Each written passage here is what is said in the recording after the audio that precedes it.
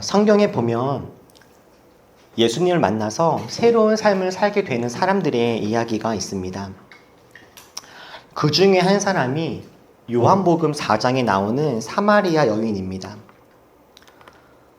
이스라엘 지역은 매우 덥죠. 그런데 이 사마리아 여인은 그 더울 때에, 그것도 낮 12시, 가장 더운 그 시간에 물을 기르러 갑니다. 다른 사람들 같으면 결코 움직이지 않을 그 시간에 이 여자는 하필이면 그 시간에 물을 기르러 가요. 이 여자가 아무도 일하지 않는 그 시간, 가장 더운 시간에 홀로 물을 그곳으로 기르러 간 이유는 혼자 있고 싶었기 때문입니다. 그래서 오히려 사람들이 아무도 안 가는 그 시간을 일부러 골라서 가장 더울 때에 갔던 것이죠. 그녀가 더위에도 불구하고 사람을 피해서 다녔던 이유는 복잡한 남자 문제 때문이었습니다. 그 여자는 남자 문제가 복잡하게 얽혀 있었는데 그것 때문에 동네에서 평판이 좋지가 않았어요. 자기만 보면 사람들이 수근수근거립니다. 그리고 손가락질을 합니다. 이 여자는 자신을 바라보면서 함부로 평가하고 함부로 이야기하는 그 사람들과 함께 있기가 싫었습니다. 그러나 사람들이 싫고 동네에서 함께 어울리기가 어렵다 할지라도 죽지 않고 살려면 물은 있어야 되죠. 살아가는데 물이 필요 없는 사람은 없습니다. 그래서 사람들의 수군거림에도 불구하고 물은 필요하니 그 뜨거운 시간에 사람들을 피해서 물을 기르러 갔던 겁니다. 삶이 버겁습니다. 물도 없고 외롭고 무섭습니다. 그런데 이 여인이 예수님을 만납니다. 예수님이 이 여인을 만나기 위해서 일부러 그녀에게 찾아가셨고 예수님을 만나서 귀한 나눔과 복음을 들었던 이 여인은 삶의 새로운 소망을 갖게 됩니다. 그리고 놀라운 변화가 이 여인에게 있습니다. 같이 한번 읽어볼까요? 자, 시작! 그 여자는 물동이를 버려두고 동네로 들어가서 사람들에게 말하였다. 내가 한 일을 모두 알아맞히신 분이 계십니다. 와서 보십시오. 그분이 그리스도가 아닐까요? 예수님을 만나고서 얼마나 기쁘고 좋았던지 물은 필요했으나 사람 만나기를 싫어했던 그녀는 반대로 물동이를 버리고 사람들에게로 찾아갑니다. 물은 필요했지만 사람이 싫었던 그녀는 예수님과의 만남 이후로 물동이를 버리고 사람에게 나아가는 정반대의 삶을 살게 되었어요. 마음속에 있는 어떤 스스로에 대한 열등감과 상처들이 극복되고 새로운 삶의 걸음을 띄게 된 것이죠.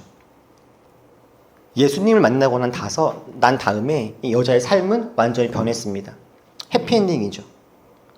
사도행전 3장을 보면 나면서부터 걷지 못했던 사람의 이야기가 나옵니다. 이 사람이 할 수 있는 것이라고는 많은 사람들이 왕래하던 성전 입구 앞에 가만히 앉아서 구걸하는 것이었습니다. 어느 날 성전에 들어갔던 베드로와 요한이 이 사람을 봅니다.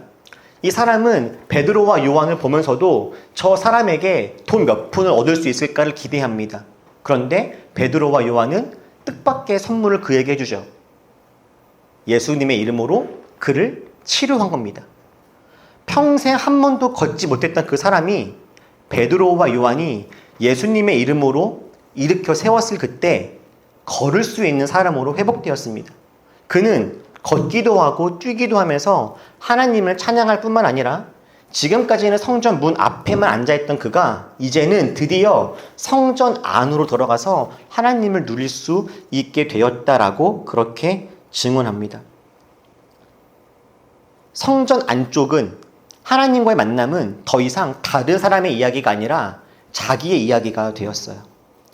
평생 한 번도 걷지 못했던 그가 다른 사람들처럼 걸을 수도 있고 일어날 수도 있고 자유롭게 뛸 수 있으며 하나님을 예배할 수 있게 되었으니 정말 얼마나 좋겠습니까?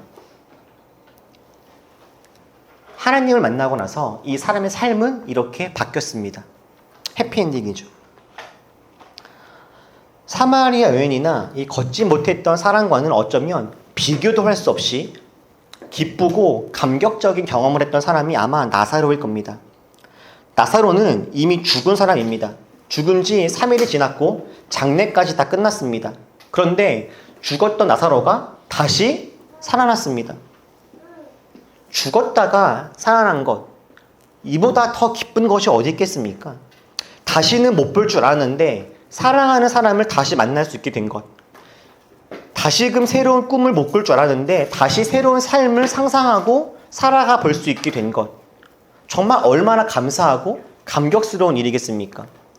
죽었다가 또는 정말로 죽은 것 같았다가 이제는 새로운 삶의 소망과 생명을 얻게 된 것, 이 기쁨을 어디에 비교할 수 있겠습니까? 성경에는 절망과 낙심 속에 있었지만 하나님 만나서 새로운 기대와 소망을 품고 새로운 삶을 살게 된 수많은 사람들의 이야기가 있습니다. 여러분, 절망과 낙심 속에 있던 사람들일지라도 하나님과의 귀한 만남이 있으면 소망과 기쁨이 회복됩니다. 그래서 하나님이 우리들에게 알려주고 싶은 메시지는 그야말로 복음입니다. 복음. 기쁜 소식이요.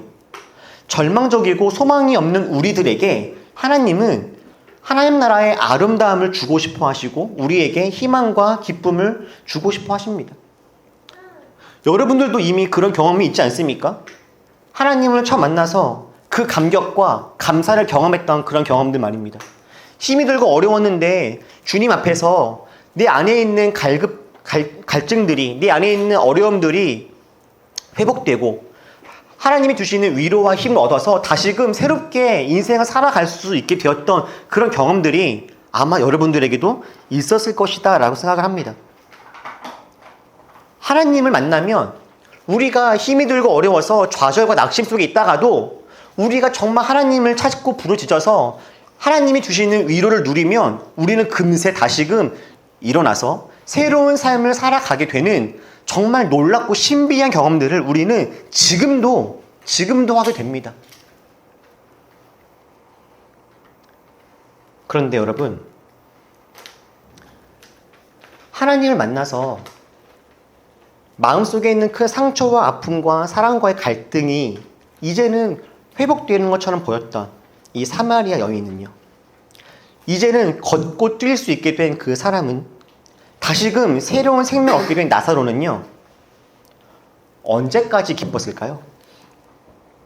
분명 이들은 모두 하나님을 통하여서 행복한 결론을 맞이하게 되었는데 이들의 이 행복은, 이들의 기쁨은, 이들의 감격은 언제까지였을까요?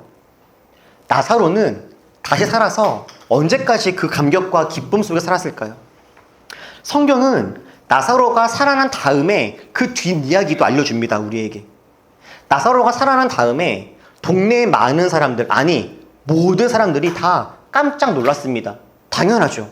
이미 죽어서 장례를 치렀고 무덤 속에 들어간 지 3일이 이미 지났습니다. 그런데 그렇게 장례까지 다 치른 사람이 다시금 살아서 움직이니 이 놀라운 사건을 본 사람들이 얼마나 놀랐겠습니까? 그리고 사람들은 그 다음부터 예수님을 믿기 시작합니다. 아, 저분이 메시아구나. 저분을 따르면 우리에게 새로운 생명이 주어지겠구나. 죽음이라고 하는 정말 우리가 어떻게 할 수 없었던 이 죽음의 문제를 저분은 해결할 수가 있구나 라고 깨닫게 된 거죠.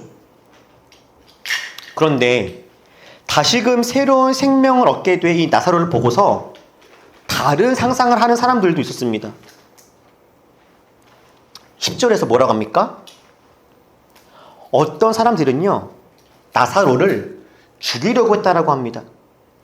유대의 종교 지도자 그룹들은 나사로를 다시금 죽이려고 했습니다. 죽었던 사람이 살아서 돌아다니니 사람들이 나사로의 모습을 볼 때마다 다 이 놀라운 일을 행한 예수님을 믿게 됩니다. 당연한 일이죠.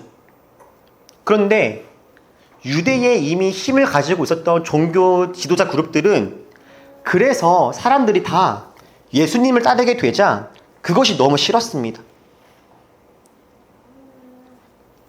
주님을 따르게 되는 사람들이 많아지면 많아질수록 자신들의 기득권이 자꾸 약해지기 때문에 그랬어요. 이들에게는 예수가 메시아든 말든 그가 나사로를 살렸든 말든 그건 중요하지 않습니다.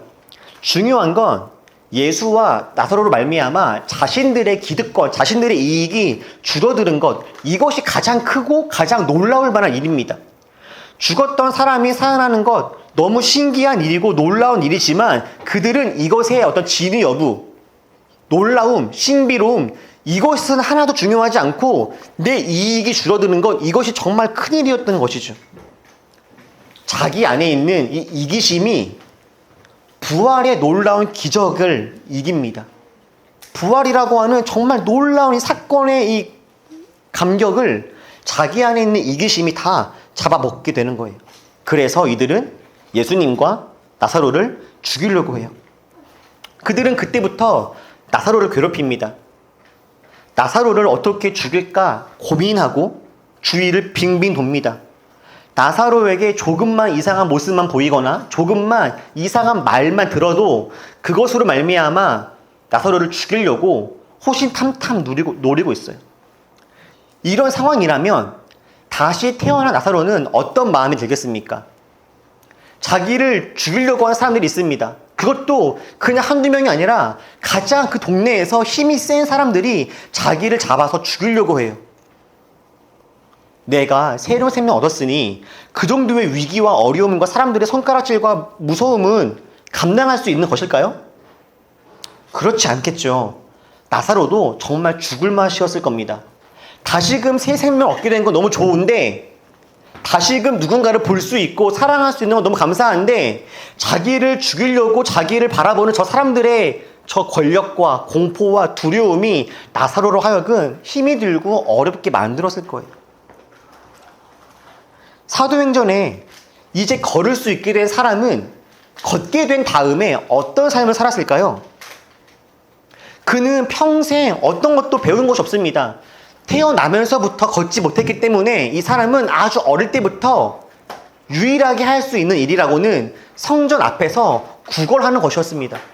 그냥 사람들에게 돈 몇 푼 받는 것이 평생 이가 했던 유일한 일이었어요.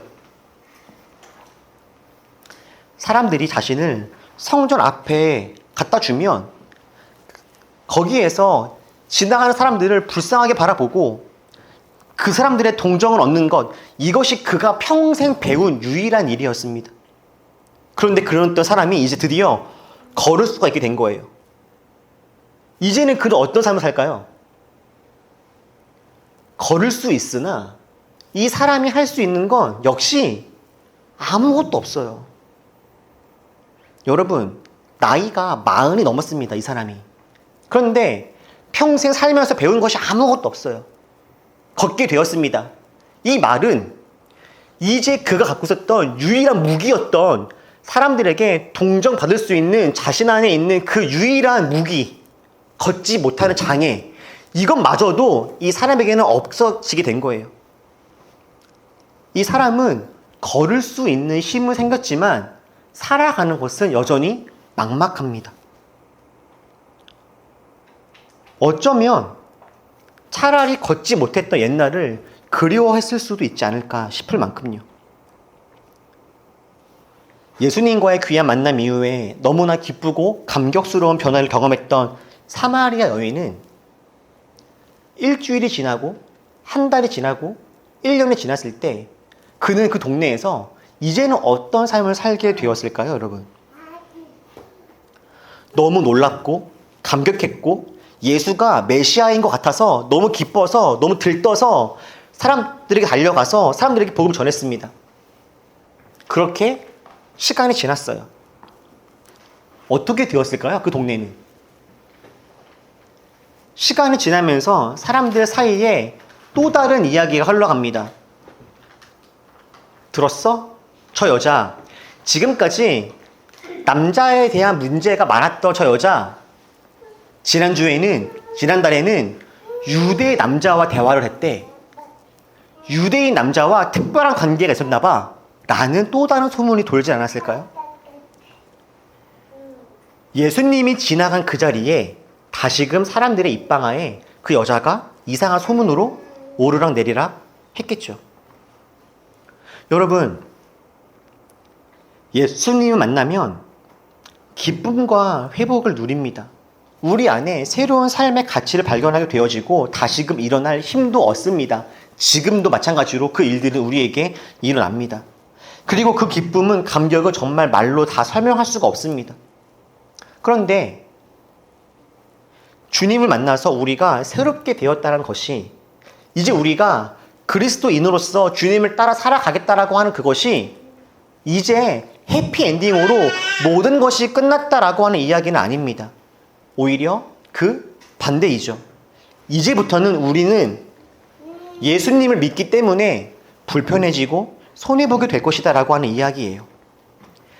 예수님을 알지 못했던 그때에는 내가 하지도 않았을 고민을 이제는 해야 되고, 주님을 모를 때에는 하지도 않았던 지출을 이제는 해야 될 겁니다. 주님을 알지 못했을 때에는 하지도 않았던 헌신과 봉사를, 내 시간 사용을, 헌신과 배려를 이제는 하게 될 수도 있습니다. 당연히 피곤하고 당연히 불편해집니다. 때로는 누군가에게 욕먹을 수도 있고요. 실제로 크고 작은 위협과 손해와 불이익을 당하기도 합니다. 신앙생활을 하다 보면 우리 모두가 한 번씩은 다 경험하는 이 감정이 있어요. 오늘은 교회 가기 싫다. 오늘은 쉬고 싶다. 이런 마음은 심지어 목사인 저도 합니다. 저도 오늘은 그만 쉬고 싶다. 내일 주일이네. 내일은 조금 교회 안 가면 좋겠다. 이런 마음을 저도 가졌을 때가 있어요. 저도. 여러분들은 어떠십니까? 오늘은 교회 안 가고 싶다. 그런 마음이 왜 안 들겠어요? 일주일 내내 힘들게 살다가 그나마 황금 같은 주말을 맞았는데 오늘 하루는 쉬고 싶다. 이런 마음 들 때가 있죠. 그런데 다행히도 그런 마음이 들면 우리 안에 또 다른 마음이 일어나죠. 나 왜 이러지? 이러면 안 되는데. 교회 가야 되는데. 이런 마음, 두 마음이 우리 안에서 싸움을 할 때가 있어요. 여러분, 이런 마음이 드는 것, 이런 갈등이 있는 것, 이거는요, 이상한 일이 아닙니다. 내가 지금 좀 이상한가? 내가 영적으로 뭔가 안 좋은가? 아닙니다, 여러분. 그런 마음이 드는 거요, 당연한 겁니다. 우리들은 의미 있는 신앙생활과 건강한 교회에 대한 꿈을 꾸면서 교회를 개척했습니다. 이렇게 새롭게 교회를 시작한 지 이제 1년 반 됐죠. 어떤 분들은 우리 교회에 오신 지 짧게는 몇 개월 되신 분들도 있을 겁니다. 어떠신가요, 여러분? 새로운 교회로 와서 새로운 신앙생활을 해보니 여러분들의 삶은, 신앙은 조금 나아지셨습니까? 교회를 개척한 다음에, 여러분들이 올리브 교회로 오신 다음에 여러분들에게 있었던 가장 큰 변화는 아마도 교회가 자기 집과 너무나 멀어졌다라는 것일 겁니다. 이제는 교회를 한번 오려면 길거리에서 몇 시간씩을 벌여야 할 겁니다. 교통비도 만만치 않겠죠. 교회가 작으니 숨을 수도 없습니다. 우리 하은이처럼 몸이 아파서 잠깐 못 나와도 다 알아요. 오면 왔다, 안 오면 안 왔다를 다 압니다. 혼자 조용히 예배하고 조용히 돌아가는 것도 쉽지 않습니다. 알게 모르게 크고 작은 마음의 부담들도 있겠죠. 새로운 교회를 찾아서 새로운 신앙생활을 하려고 했더니 불편하고 힘이 들고 갈등과 어려움이 있는 것, 여러분, 당연합니다. 저희가 아예 신앙생활을 안 했다면 어쩌면 더 편했을지도 몰라요. 그랬다면 돈도 시간도 내 에너지도 오롯이 그냥 나를 위해 사용하면 그만이니까요. 앞에 있는 사람한테 책을 읽었냐, 왜 안 읽었냐, 그런 말 들을 필요도 없고, 예배를 왜 나왔냐, 안 나왔냐, 이런 말 들을 필요도 없었을 거예요. 여러분, 신앙생활을 하다 보면 힘들다, 어렵다, 하나님 믿는 거 쉽지 않다, 교회 안 가고 싶다, 이런 마음 들 때가 있어요. 하나님을 믿는데 왜 내 삶은 더 어렵지? 이런 고민 들 때도 있습니다. 아니, 반드시 옵니다. 아니, 와야 됩니다. 하나님을 믿고 따르는데 삶에 신앙으로 말미암은 고민과 어려움이 없다면 그게 더 이상합니다. 신앙생활을 열심히 하면 할수록 그만큼 신앙에 대한 고민과 주님을 따라가는 삶에 대한 부담감이 당연히 올 수밖에 없어요. 그렇다면, 그런 마음이 온다면, 그런 마음이 드는 게 당연하다면, 그러면 우리는 어떻게 하겠습니까? 저는 그것을 인정하는 것이 필요하다 싶습니다. 아, 나 오늘 왜 이러지? 이게 아니라, 나 역시 힘들구나. 신앙생활 하는 것, 주님을 따르는 것, 믿음을 지키려고 하는 것, 어렵구나. 나 힘들구나를 그냥 인정하는 거예요. 어려움이 오는 것, 주님을 믿는 중에 크고 작은 갈등이 생기는 것, 자연스러운 거지. 맞아. 그럴 수 있어라고 인정하는 겁니다.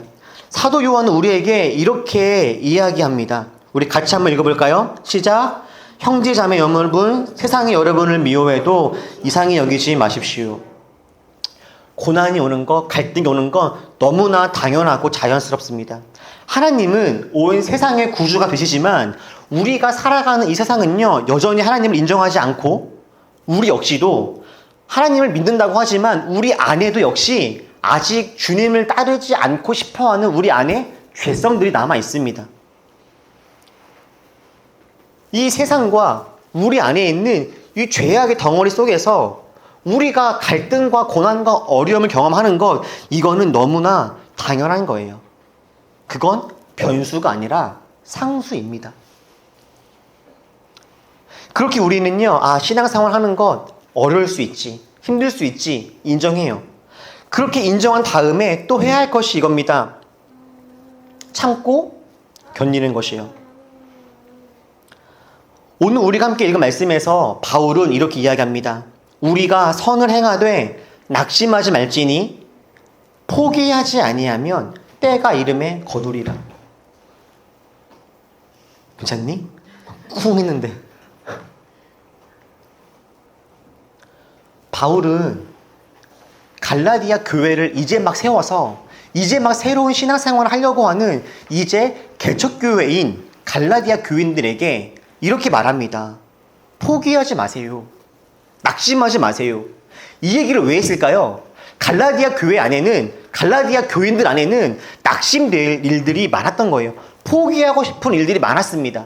갈라디아 교회 안에는요, 갈라디아 교회 교인들을 힘들게 하는 외부의 박해가 있었습니다. 그리고 내부에서 사람들을 휘집어 놓으려고 하는 그런 사람들도 있었어요. 그 안에서 사람들은 주님을 따르려고 하다가도 낙심되고 포기하고 싶고 다시 옛날의 모습으로 되돌아가려고 하는 사람들이 생겨나기 시작했습니다. 지금 이거 말고 새로운 예수 그리스도에 대한 새로운 삶 말고 다시 옛날처럼 살자. 그냥 옛날처럼 율법을 지키면서 우리의 전통을 따라서 그냥 살자라고 다시금 옛날로 돌아가려는 사람들이 많았어요. 그들에게 바울이 이야기하는 거죠. 낙심하지 말고 포기하지 마세요. 우리가 있어야 될 그 자리에 그냥 있는 거예요. 그것이 지금 우리가 해야 할 일이라고 바울이 권면하고 있는 거죠. 그렇게 우리가 버티면, 참고 이기면 때가 되면 하나님은 하나님의 일을 반드시 하신다고요. 그리고 그 힘듦과 어려움 속에서도 저와 우리가 꼭 한 가지 함께 하고 싶은 것은 이겁니다. 그 속에서도 기쁨을 찾는 거예요. 여러분, 기쁠 일은요, 웃을 일은요, 즐거운 일은요, 어디에도 있습니다. 어디에도. 아무리 전쟁이 나서 사람이 죽어가고 있는 그 전쟁 한 복판에서도 거기서도 웃을 일이 있고요. 사랑이 생기고 삶과 소망이 있습니다. 우리가 하는 것은 기쁨을 만드는 것이 아니라 기쁨을 발견하는 것입니다. 기쁨과 행복은 조건이 아니라 상태입니다. 우리가 어떤 상황 속에 있다든지 간에 우리가 찾으면 찾을 수 있는 것이 기쁨이고 즐거움입니다.